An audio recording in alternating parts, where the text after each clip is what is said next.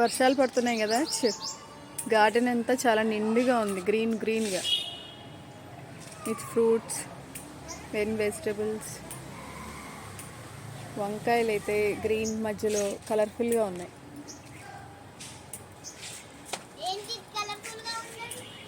తోటకూర చూడండి ఎలా పెరిగిపోతుందో. జామకాయలు, గోవా, బీరకాయలు అయితే భలే వచ్చాయి.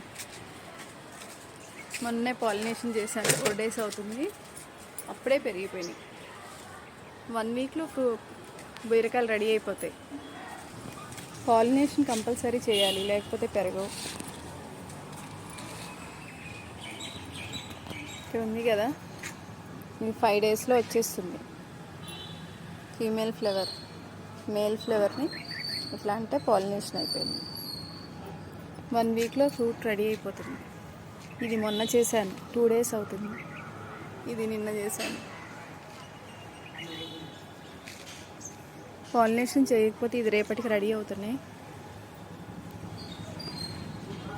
ఇవాళ విచ్చుకుంటాయి ఈ ఫ్లవర్స్. విచ్చుకున్నాయి, చిన్నగా ఉంటాయి. ఆల్రెడీ పాలినేషన్ అయిపోయింది.